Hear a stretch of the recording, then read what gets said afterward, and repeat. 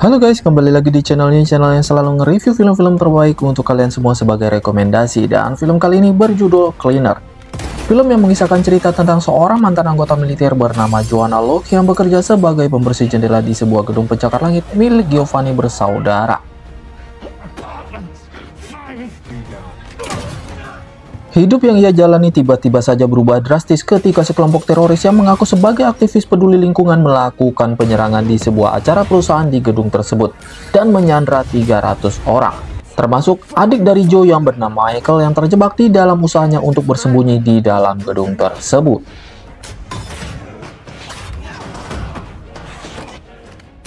Bagaimana alur cerita kelanjutan dari film ini? Sebelum kita lanjutkan, jangan lupa dukung channel ini dengan cara subscribe, like, and komennya karena semua itu gratis.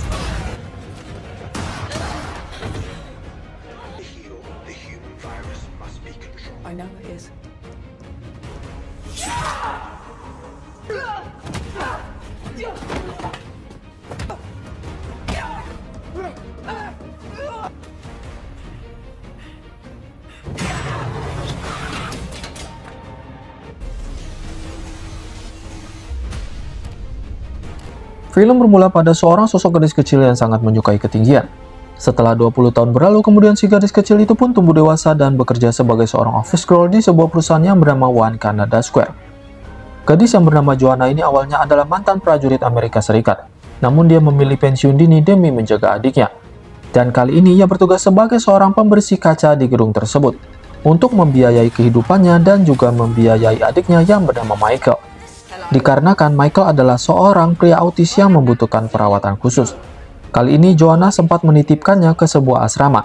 Namun suatu ketika Michael dikeluarkan dari asrama tersebut karena ia dituduh sudah membocorkan data-data sekolah di pihak luar. Ternyata Michael ini adalah ahli dalam bidang IT.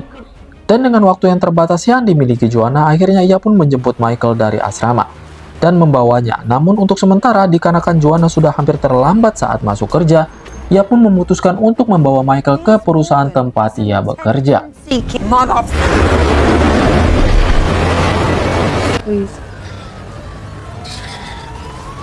Things or one extended edition.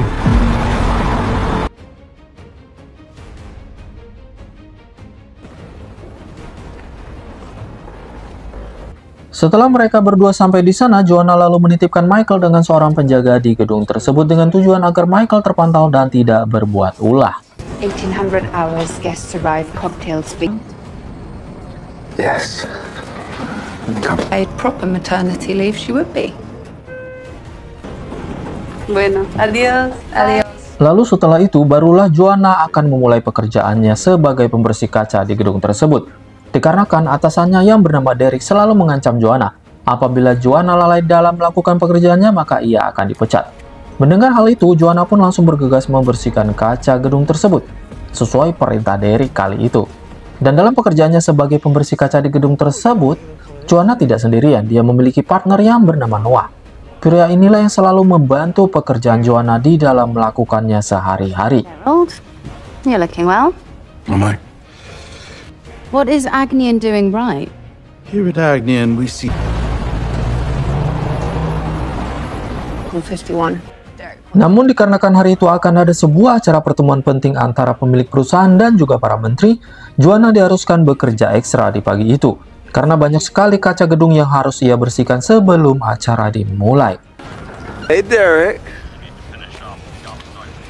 Okay.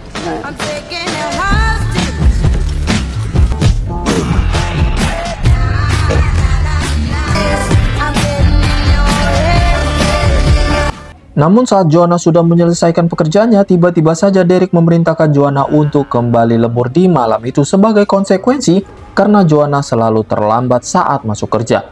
Dengan perasaan kesal, terpaksa pun Joanna menuruti perintah Derek. Dan sampailah acara pada malam hari yang dimana para tamu penting sudah berdatangan malam itu, termasuk 6 orang bertopeng yang mengaku sebagai aktivis peduli lingkungan. Mereka ini memang sengaja diundang oleh salah satu bos perusahaan tersebut yang bernama Giovanni.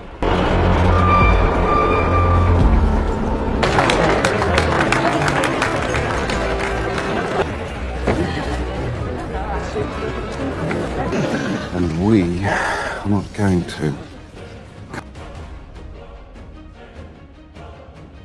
Saat acara dimulai, ternyata sebagian dari kelompok bertopeng tersebut masuk ke dalam ruangan kontrol dan menembaki para petugas, termasuk Derek yang saat itu berada di ruangan itu. Dan di tengah-tengah acara penyambutan yang dilakukan oleh Gerard, tiba-tiba saja salah satu dari pria bertopeng melemparkan sebuah botol yang berisi gas aktif, hingga membuat para tamu seisi ruangan jatuh pingsan. Sedangkan di saat yang sama, Michael yang langsung bersembunyi di ruangan yang berbeda untuk menghindari kekacauan yang terjadi. If you are good, Dan pemimpin dari kelompok bertopeng tersebut bernama Marcus Black. Ia lalu memerintahkan anak buahnya untuk mengikat dan menyandra para tamu penting termasuk pemilik perusahaan yaitu Giovanni dan Gerard bersaudara. Di sini Marcus menunjukkan banyak bukti kejahatan yang telah dilakukan oleh para pejabat tinggi termasuk menteri yang hadir di malam itu.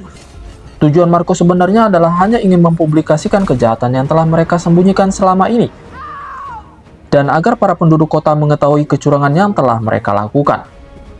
Di malam itu, Joanna yang sedang berada di luar gedung mengetahui kekacauan yang terjadi.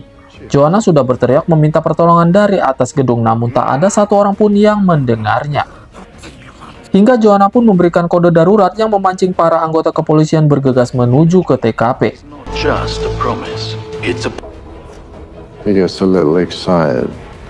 We sabotaged the Tarakoa pipeline last year. Media, you downplay, deny, keep the disinformation. Killed for what they believe in. What are you?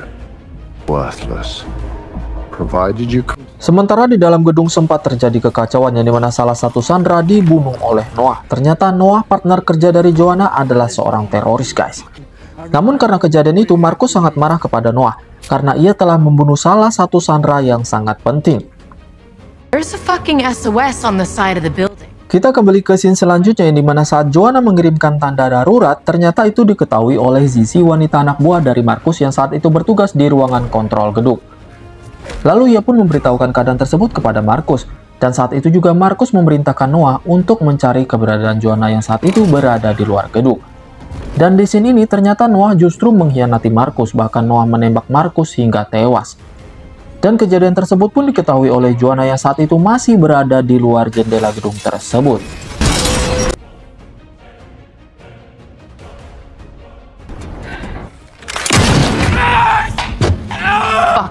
Lalu Zi yang saat itu sudah mengendalikan ruang kontrol memulai pekerjaannya. Mereka sengaja memasang kamera lalu membuat siaran langsung pengakuan diri para menteri dan pejabat yang hadir atas kesalahan yang sudah mereka lakukan. Dan video pengakuan kesalahan tersebut pun langsung diunggah ke media sosial, hingga para warga kota sangat mengetahui kelakuan dan tindakan yang mereka lakukan selama ini. That's a bit dark, isn't it? Off on the hack. They've only just started spilling their guts.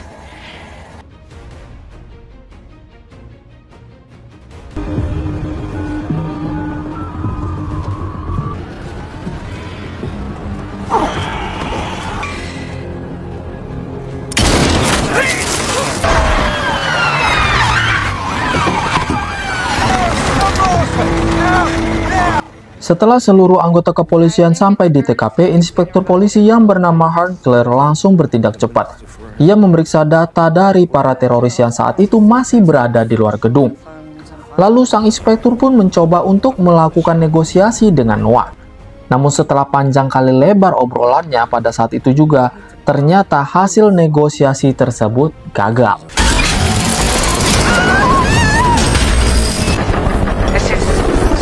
For decades,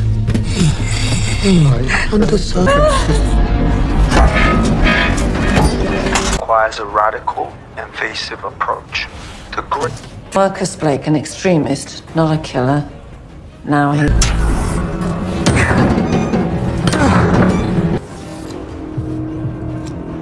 what happens if it loses? Yes. Lalu sang inspektur pun langsung menghubungi Joanna yang saat itu masih berada di luar gedung. Sang inspektur meminta Joanna untuk menghindar dari tempat tersebut, dikarenakan Noah memang sudah sengaja akan meledakkan bom untuk membunuh Joanna. Namun beruntung saja, saat terjadi ledakan, saat itu juga Joanna sudah menghindar ke sisi lain gedung. Pada saat itu pun Noah mengira Joanna sudah tewas karena ledakan yang sudah ia perbuat.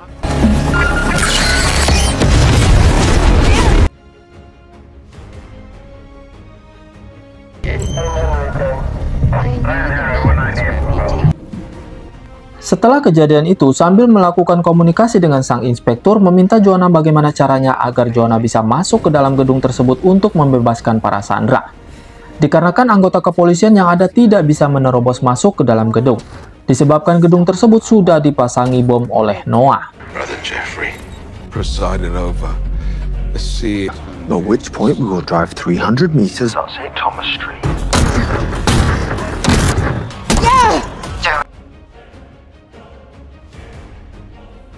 Yang pada akhirnya Joanna berhasil masuk ke dalam gedung tersebut dengan cara memecahkan salah satu kaca di lantai atas, dan itu pun dibantu oleh Michael. Sesaat kemudian Noah mendapatkan kabar dari Z yang saat itu berada di ruang kontrol bahwa Joanna selamat dan berhasil masuk ke dalam gedung. Dengan perasaan marah dan kesal, Noah pun memerintahkan anggota lainnya untuk mencari Joanna lalu membunuhnya. Joanna yang saat itu mengetahuinya, ia pun langsung bersembunyi di dalam ruang mesin bersama Michael. Namun ternyata persembunyian mereka diketahui oleh 3 orang teroris lainnya. Dan terjadilah perkelahian, namun Joanna mampu mengalahkan mereka bertiga.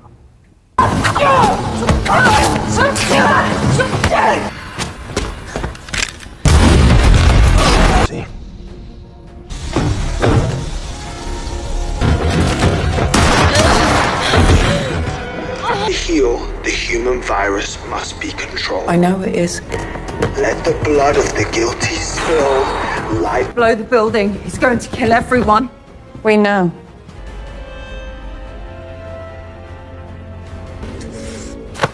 Bastard! You should.